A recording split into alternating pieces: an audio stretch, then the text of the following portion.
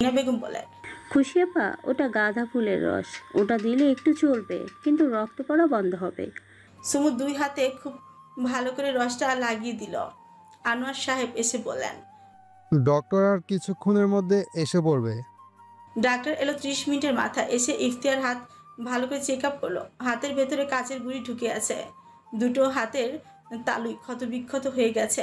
Doctor খুব ভালো করে হাত চেক করেছে, কাচের টুকরো বের করলো, হাতে মলম লাগিয়ে ব্যান্ডেজ করে দিয়ে চলে গেল। আনোয়ার সাহেব বলেন, শ্যাম্পুর ভিতরে কাঁচের টুকরো কিভাবে আসলো? ব্যাপারটা খুব অস্বাভাবিক।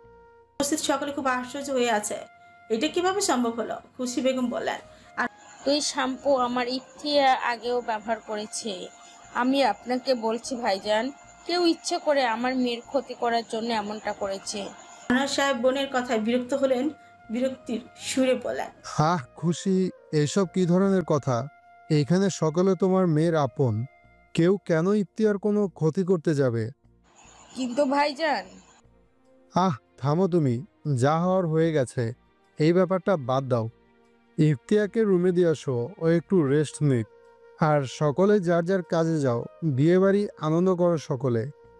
করিডোরে 2 হাত পকেটে ভরে দাঁড়িয়ে আছে শেহরাজ। ড্রয়িং রুমে এতক্ষণে ঘটে যাওয়া পুরো কাহিনী দেখলো শেহরাজ, সাথে নজর এলো প্রেয়সী ঠোঁটে তৃপ্তির হাসে।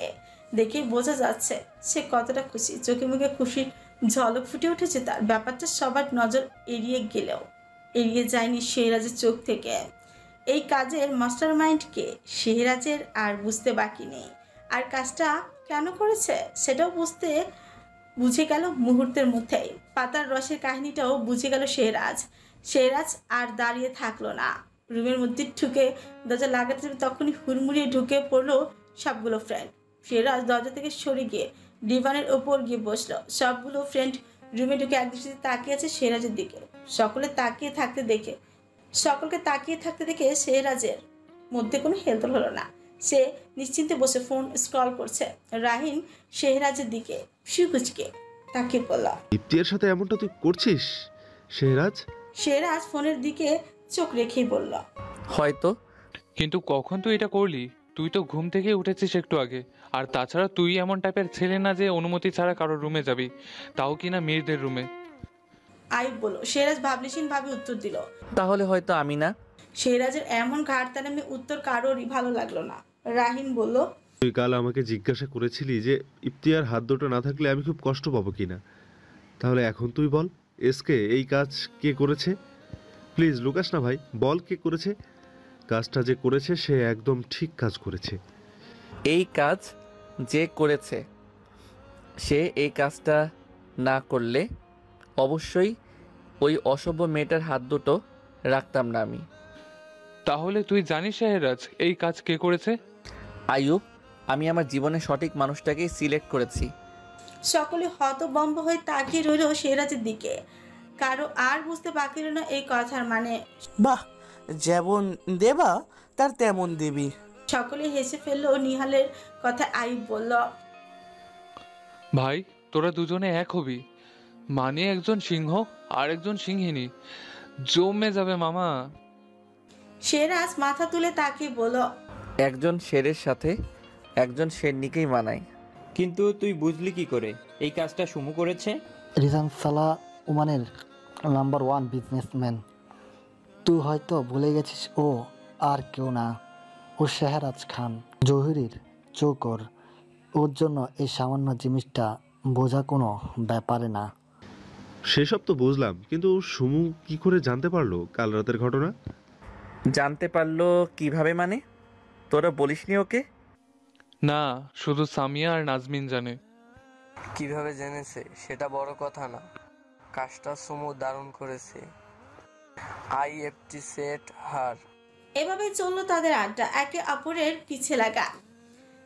সন্ধ্যা রাত, পুরো শিকদার বাড়ি অসাধারণ সুন্দর করে লাইটিং করা হয়েছে। চারপাশে মরিচবাতি আলোয় আলোকিত। পার্লারের মেয়েরা এসে বাড়ির মেয়েদের সাজিয়ে দিয়ে গেছে। সুমু কিছুতে শাড়ি পরতে চাইছিল না।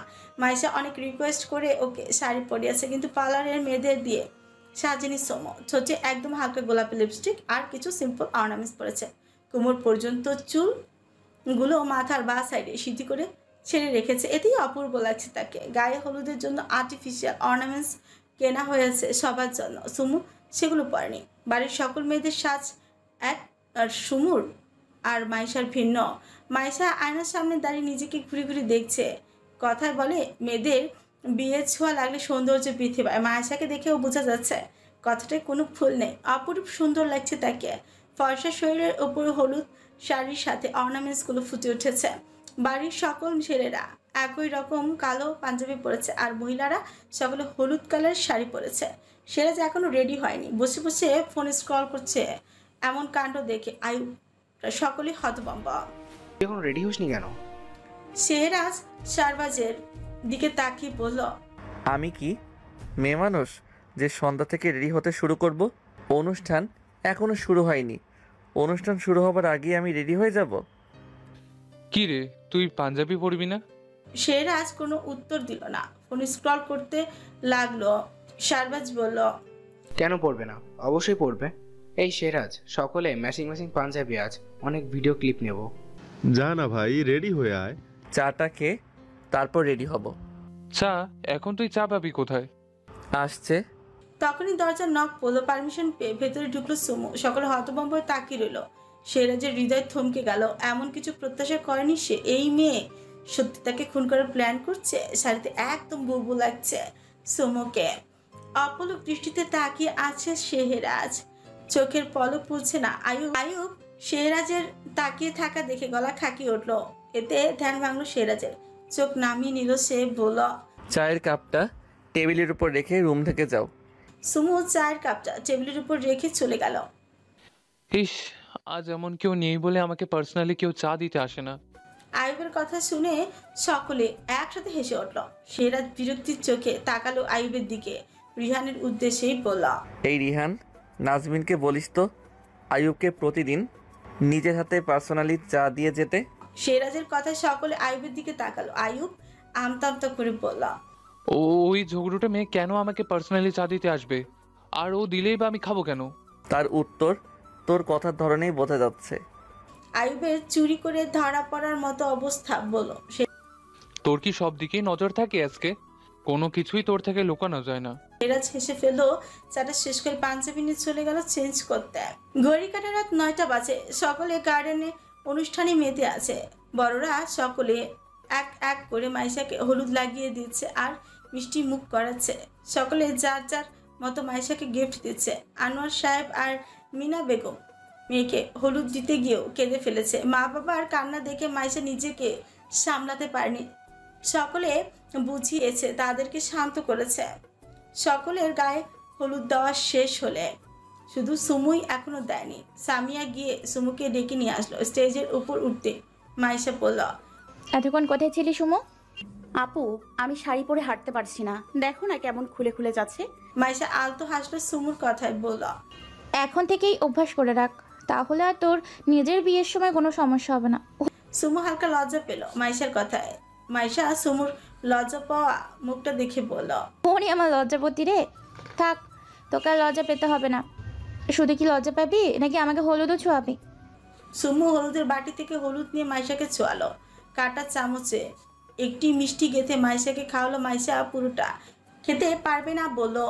এই নিয়ে সুমু আর মাইশার খুনসুটি চলতে লাগলো। দূর থেকে একজোড়া চোখ সবটা দেখতে লাগলো। হঠাৎ তার চোখে পড়লো সুমুর পেটের খানিকটা অংশ দেখা যাচ্ছে। শেহরাজ মনে মনে বকতে লাগলো। সুমুকে বলল, যেইটা ম্যানেজ করতে পারবে না সেটা ইউজ করার কি দরকার? এই মেয়েটার পেটের এতটা অংশ দেখা যাচ্ছে, সেদিকে মেয়েটার কোনো হুঁশ নেই। দিব্যি তখন থেকে হেসেই চলেছে। এই শরীরের প্রতিটা অংশ আমার, সৃষ্টিকর্তার আমার নামে বানানো ওই দেহটা ওকে নিজের কাছে যত্ন সহকারে দেখে শুনে রাখার জন্য দিয়েছে, যাতে ভবিষ্যতে আমার আমানত সহি সালামতে আমার হাতে তুলে দিতে পারে।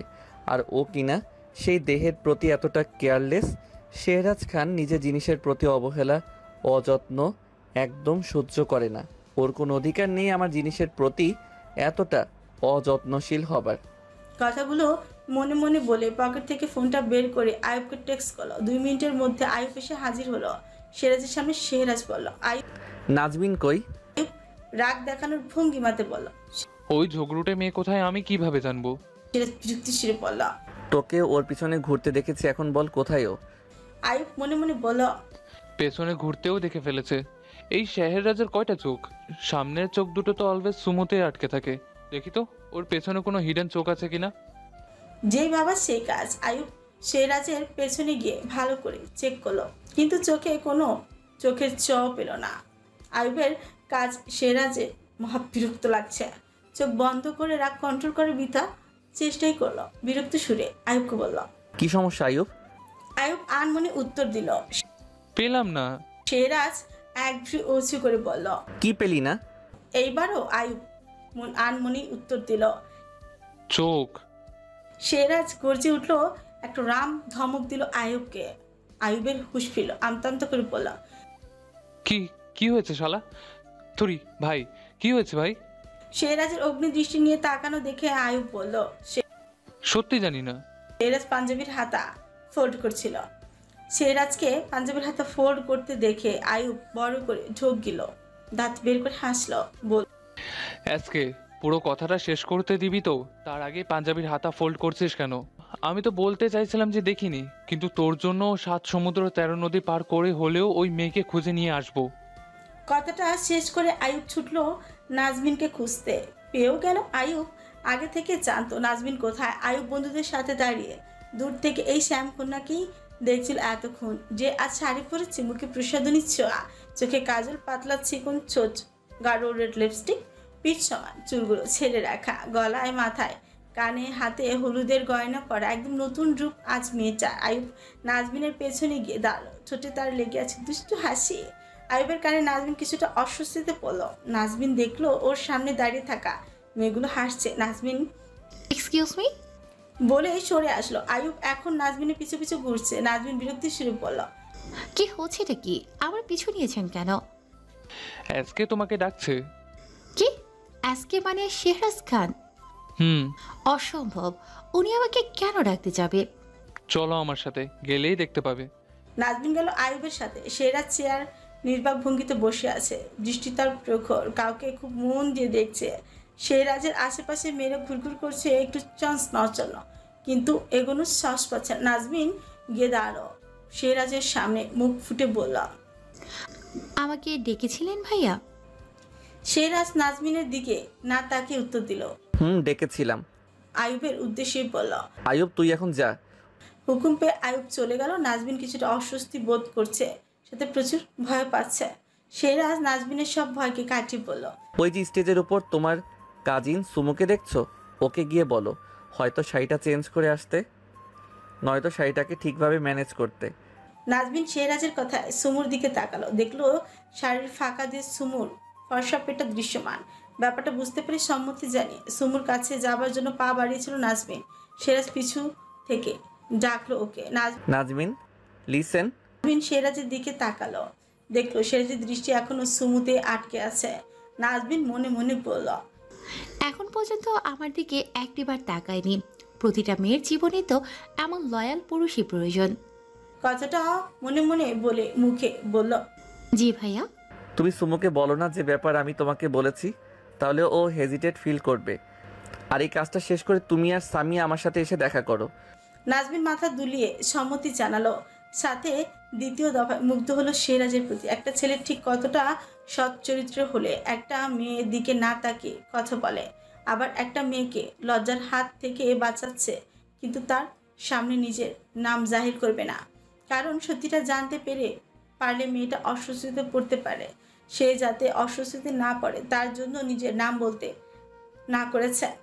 কথাগুলো মনে মনে বলে পা বাড়িয়ে চলে গেল স্টেজের উদ্দেশ্যে। মুহূর্তের মাঝে সুমুর কাছে এসে পৌঁছালো। সুমু পাশেই বসে বলল, সুমু আপু, তোমার পেট দেখা যাচ্ছে, শাড়িটা ঠিক করে নাও।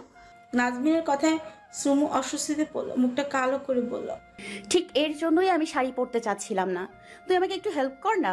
নাজমিন সম্মতি জানিয়ে সুমুকে সাহায্য করলো। নাজমিন সুমুকে আড়াল করে বাড়ির ভেতরে নিয়ে গেল।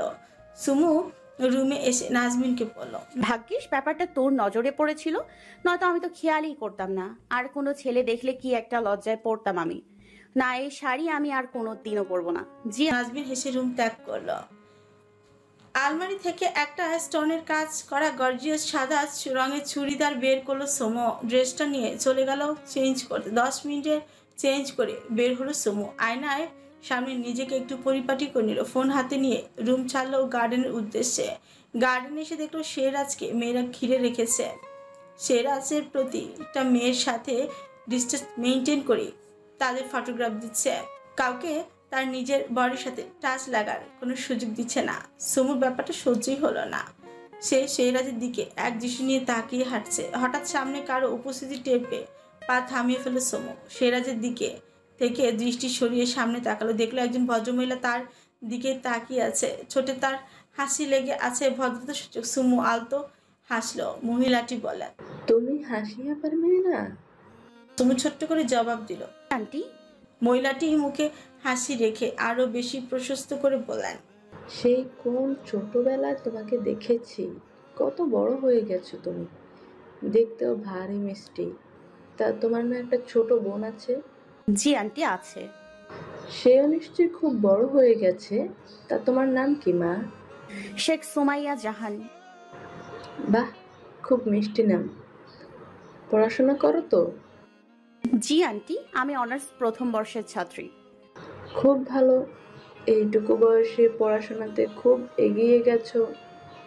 জি আন্টি। মা, শাড়িতে তো তোমাকে খুব সুন্দর লাগছিল, চেঞ্জ করে ফেললে কেন? আমি তো এখানে এসে তোমাকে দেখার পর থেকে চোখ সরাতে পারিনি। তো তোমার বিয়ে হয়ে গেছে? এমন প্রশ্নে খুব বিরক্ত বোধ করলো সমু। জোর করে মুখে হাসি রেখা টেনে বলল, আসলে আন্টি আমার একটু কাজ আছে, আমি আসছি। আপনি কিন্তু না খেয়ে যাবেন না।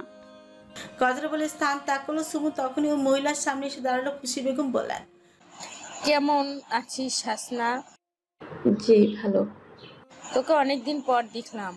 তা আমার বোনের মেয়েকে খুব পছন্দ হয়েছে তোর, তাই না?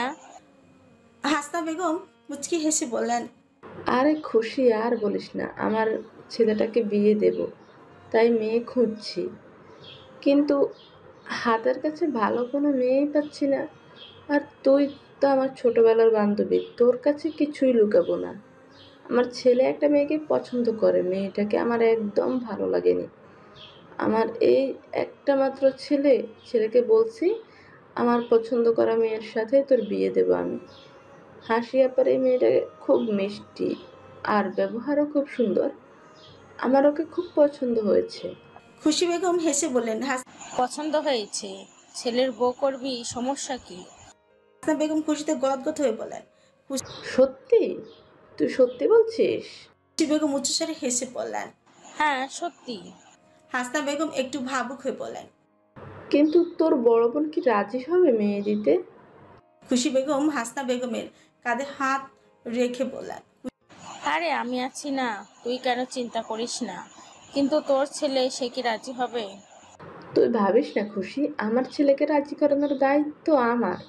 খুশি বেগম বললেন, ঠিক আছে, চল এখন অনুষ্ঠান দেখি।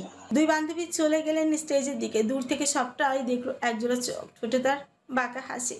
মাইশার শ্বশুর বাড়ি থেকে লোক এসেছে হলুদের তত্ত্ব নিয়ে। মাইশা ভিডিও কলে কথা বলছে তার হবু জামাইয়ের সাথে। ডান্সের জন্য লোক ভাড়া করে আনা হয়েছে। তারা একের পর এক পারফরমেন্স করেই যাচ্ছে। আনোয়ার সাহেব, রিসাত সাহেব, ইফতিয়াক সাহেব, শামীম সাহেব হলুদের নিমন্ত্রিত সকলের দেখাশোনা করছেন। কারো কোনো অসুবিধা হচ্ছে কিনা, আসতে কোনো অসুবিধা হয়েছে কিনা জিজ্ঞেস করছেন। মিনা বেগম, হাসি বেগম চা, নাস্তা, শরবত, স্ন্যাক্স, পাকোড়া তৈরি করছেন। ক্যাটারিংয়ের লোকেরা সকলে ঘুরে ঘুরে নাস্তা দিচ্ছেন। খুশি বেগম নিজের মেয়ে আর বান্ধবীর সাথে খোঁজ গল্প করছেন। ইফতিয়া আর খুশি বেগমের মনের ভেতর রাগ জমে আছে। আনোয়ার সাহেবের তখনের বলা কথাগুলো পছন্দ হয়নি খুশি বেগমের। তার মেয়ের হাতের এমন অবস্থা আর তার ভাই ব্যাপারটাকে তুচ্ছ করে দেখেছে, কিন্তু তিনি এর প্রতিশোধ নিয়েই ছাড়বে। কাল রাতের পর থেকে খুশি বেগম শেহরাজের সমুর দিকে খুব ভালো করে নজর রেখেছে। রাইসা, তিশা, মাহি আর মাইশা, রাইসার সব ফ্রেন্ডরা ডান্সের প্রিপারেশন নিচ্ছে। ভাড়া করা ডান্সের পার্টির পর তাদের পারফরমেন্স। রাইফ চেয়ারে বসে বসে হাতের পাকোড়ার প্লেট নিয়ে খাচ্ছে আর ডান্স দেখছে। শেহরাজও তার ফ্রেন্ডরা একসাথে বসে আছে। শেহরাজ ফোন স্ক্রল করছে আর রাহিনরা বসে আছে আড্ডা দিচ্ছে। সুমু, নাজমিন আর সামিয়াকে খুঁজছে, কিন্তু কোথাও পাচ্ছে না। সুমু স্টেজের উপর উঠে মাইশাকে বলল, আপু, নাজমিন আর সামিয়াকে দেখেছো? দেখো না, কোথাও পাচ্ছি না। এই ডান্সের পার্টির পর তো ওদের পারফরমেন্স।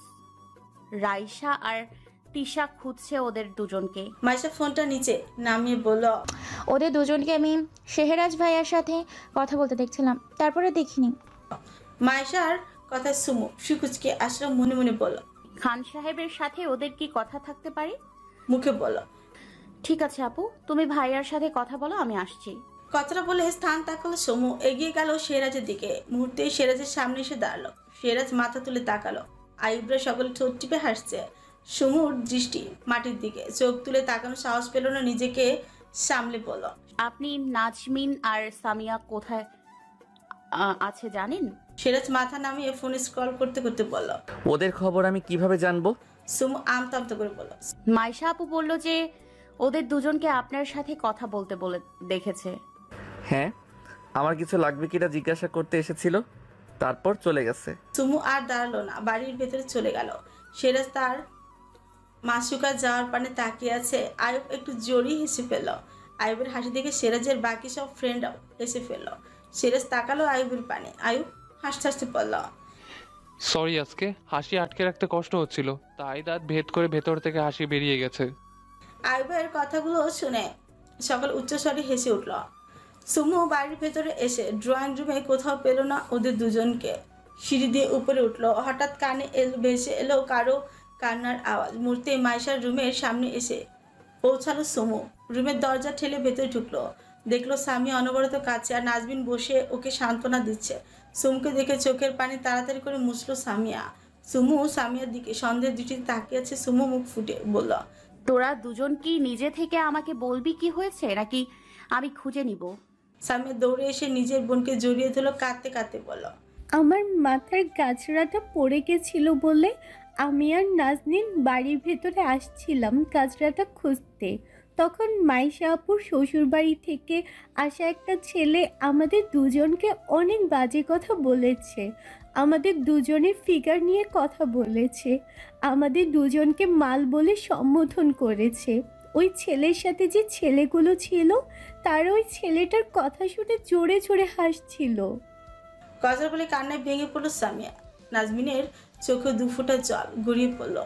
রাগে সুমুর শরীর কাঁপছে, মুখ ফুটে বলল, ওরা এখন কোথায় আছে? কোন গেটের বাইরে দাঁড়িয়ে সিগারেট টানছে।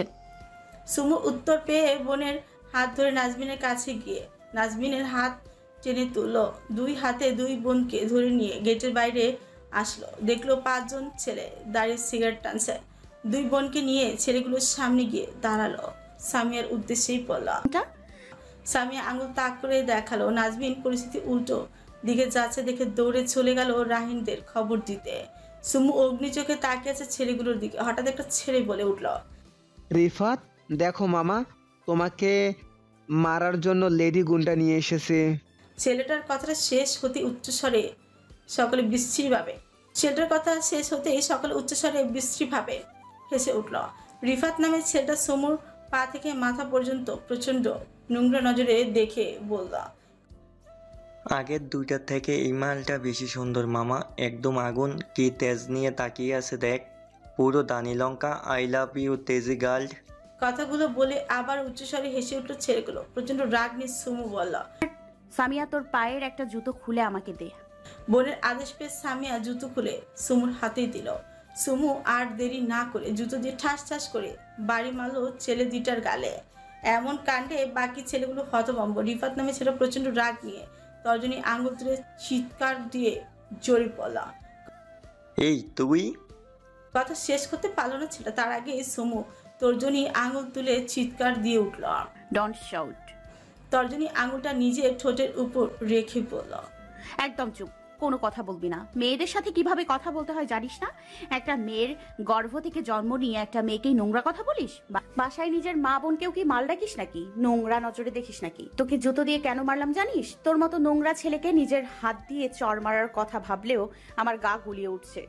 তাই তোকে জুতো দিয়ে মারলাম, কারণ তুই এটারই যোগ্য। অবশ্য আমার মনে হচ্ছে তোকে মেরে জুতোটাও নোংরা হয়ে গেছে। আমরা হয়তো বুঝতে পারছি না, তবে দেখ, হয়তো জুতোটার গা গোলাচ্ছে। এই সামিয়া, এই জুতোগুলো নোংরা হয়ে গেছে, চল এগুলো গোবরের মধ্যে ফেলে তুই অন্য জুতা পরবি। কথাটা বলে সুমু সামিয়ার হাত ধরে চলে যাচ্ছিল, তখনই ছেলেটা চিৎকারের আওয়াজ ভেসে আসলো সুমুর কানে। সুমু আর সামিয়া ঘুরে তাকিয়ে দেখলো সেরাজ ছেলেটার হাত মুচড়েই ধরে আছে। নাজমিন সকলকে ডেকে অনেক আগে নিয়ে এসেছে, কিন্তু সেরাজ গেটের সামনে সকলকে আটকে দেয়। দাঁড়িয়ে দাঁড়িয়ে তার সিংহনীর শাসন দেখছিল।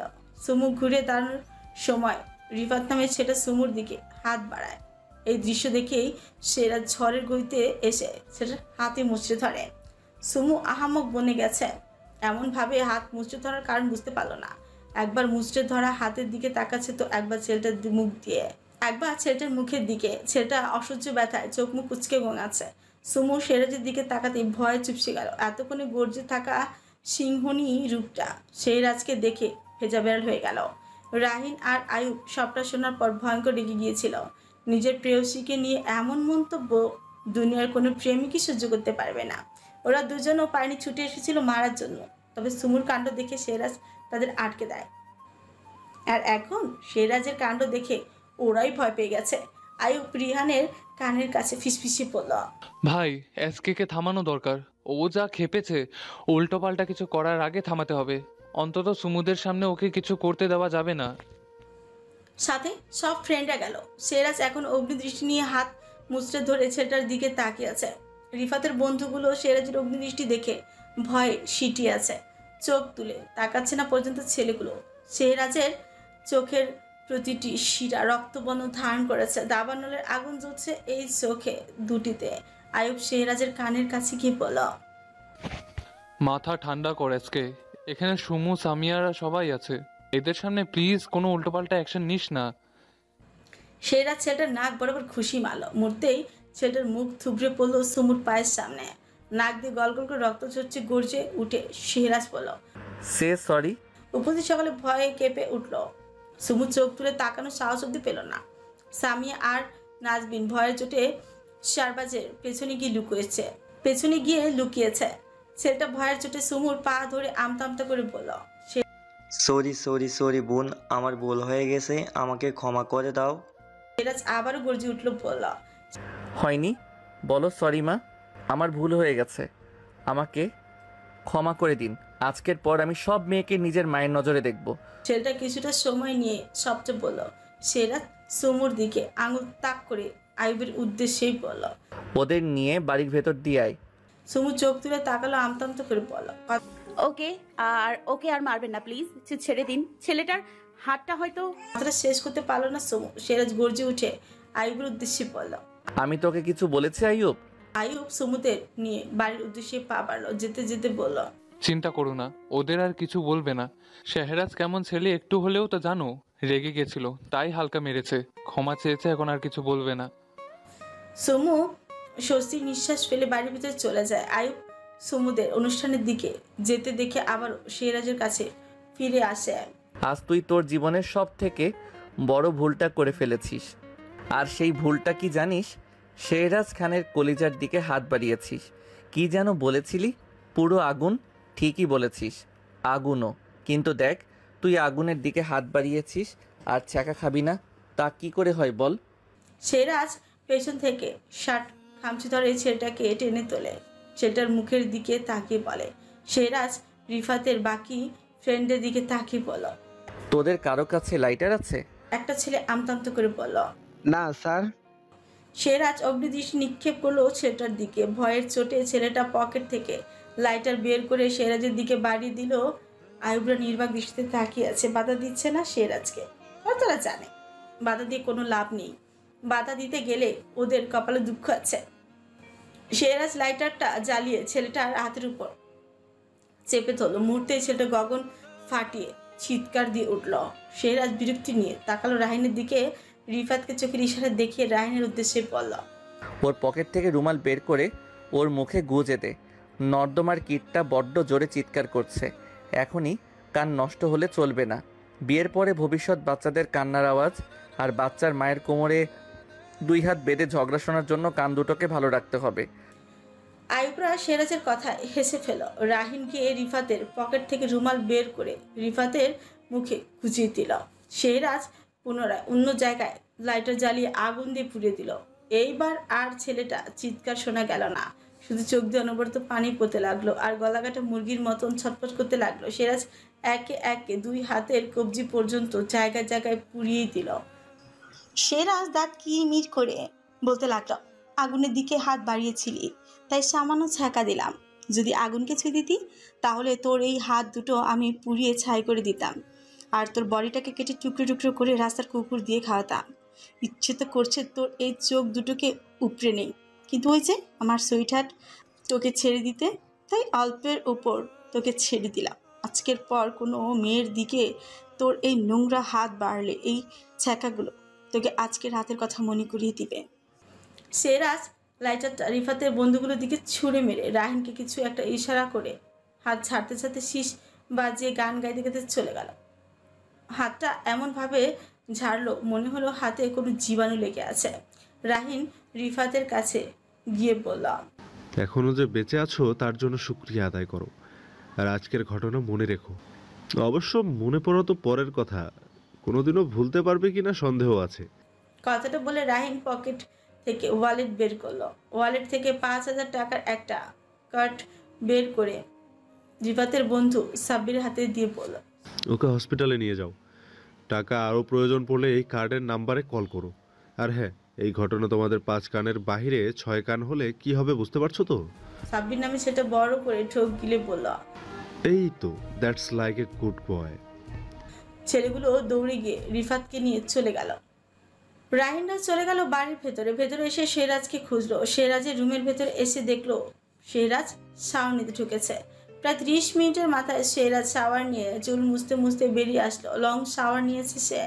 রুমের মধ্যে সব ফ্রেন্ডদের দেখে একটু অবাক হলো না। সে উল্টো একজন শাহরুখ খানের রিয়েল ফ্যান হিসেবে শাহরুখ খানের মুভির গান গাইতে গাইতে ড্রেসিং টেবিলের সামনে গিয়ে দাঁড়ালো। সে ড্রেসিং টেবিলের সামনে দাঁড়িয়ে নিজেকে পরিপাটি করতে ব্যস্ত হলো। নিজেকে একদম পারফেক্টভাবে তৈরি করে ফোনের ক্যামেরা অন করে নিজের কিছু ভিডিও ক্লিপ নিল সে।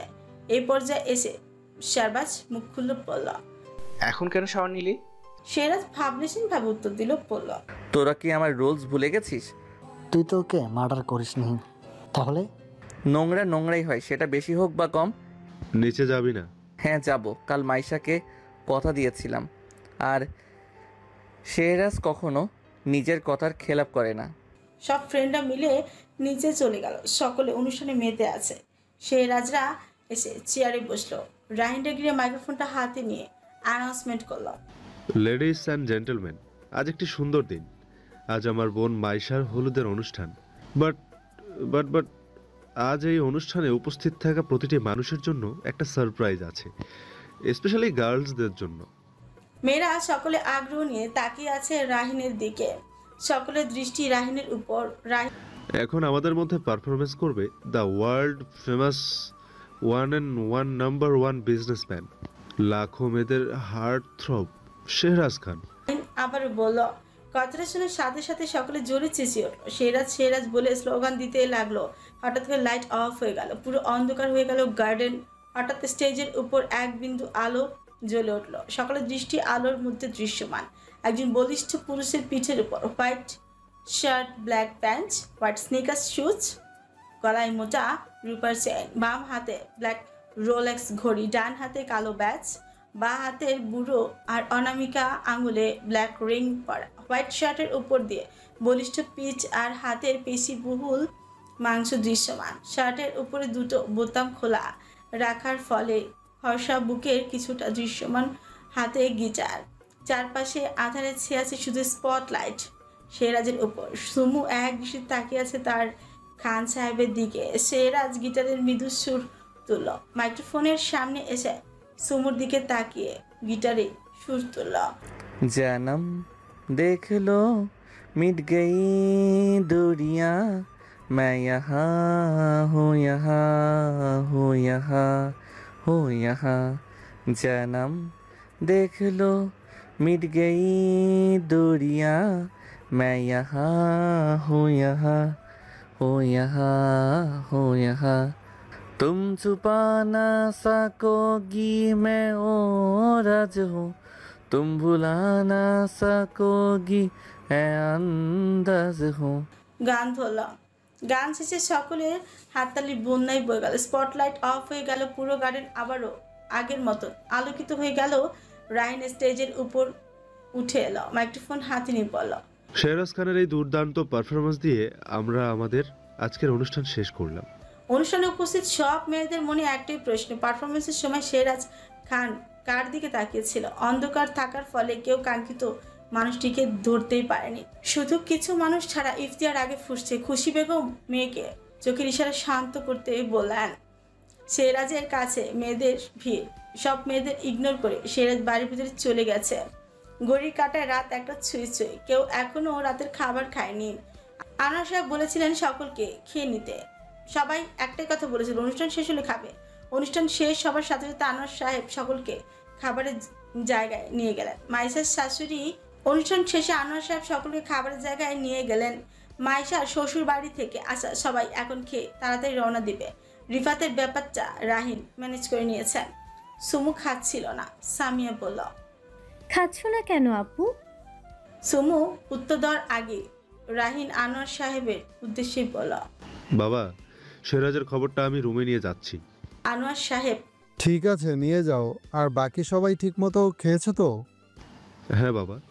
খাবারটা নিয়ে চলে গেল রাহিন। সুমু এবার নিশ্চিন্তে খেয়ে রুমে চলে গেল। খুব টায়ার্ড তাই শিব বলল। শেহরাজ রুমে এসে চেঞ্জ করে কালো টি শার্টের উপর কালো হুডি পরেছে, প্যান্ট চেঞ্জ করে অফ হোয়াইট কালারের ট্রাউজার পরেছে। রাহিন খাবারের ট্রেটা টেবিলের উপর রাখলো। শেহরাজ বসে খেতে লাগলো।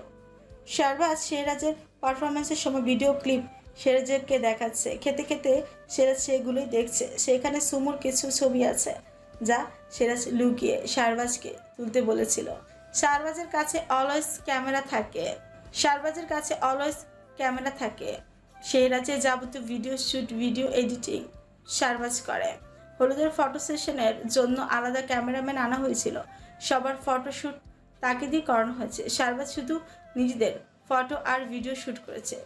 সাথে শেহরাজের কথায় সুমুর কিছু ছবি আর ভিডিও শুট করেছে। হঠাৎ আয়ুব বলল, আজ আমি শেহরাজের সাথে শোবো। শেহরাজ শিকুজকে তাকে বলল, কেন? তুই কি আমার বউ যে আমি তোর সাথে বেড শেয়ার করব? আগে তো করেছিস, তাহলে এখন তোর সাথে ঘুমোতে হলে তোর বউ হতে হবে কেন? আগে তো আমার লাইফে কেউ ছিল না তাই শেয়ার করেছি, এখন আছে তাই করব না। শেহরাজের কথায় আয়ুব কাঁদো কাঁদো মুখ করে বসে রইল। শেহরাজ ওয়াশরুম থেকে হাত ধুয়ে এসে খাবারের প্লেটটা আয়ুবের হাতে ধরিয়ে দিয়ে সবাইকে রুম থেকে বের করে দিল। আয়ুবও দেরি না করে শুতেই চলে গেল।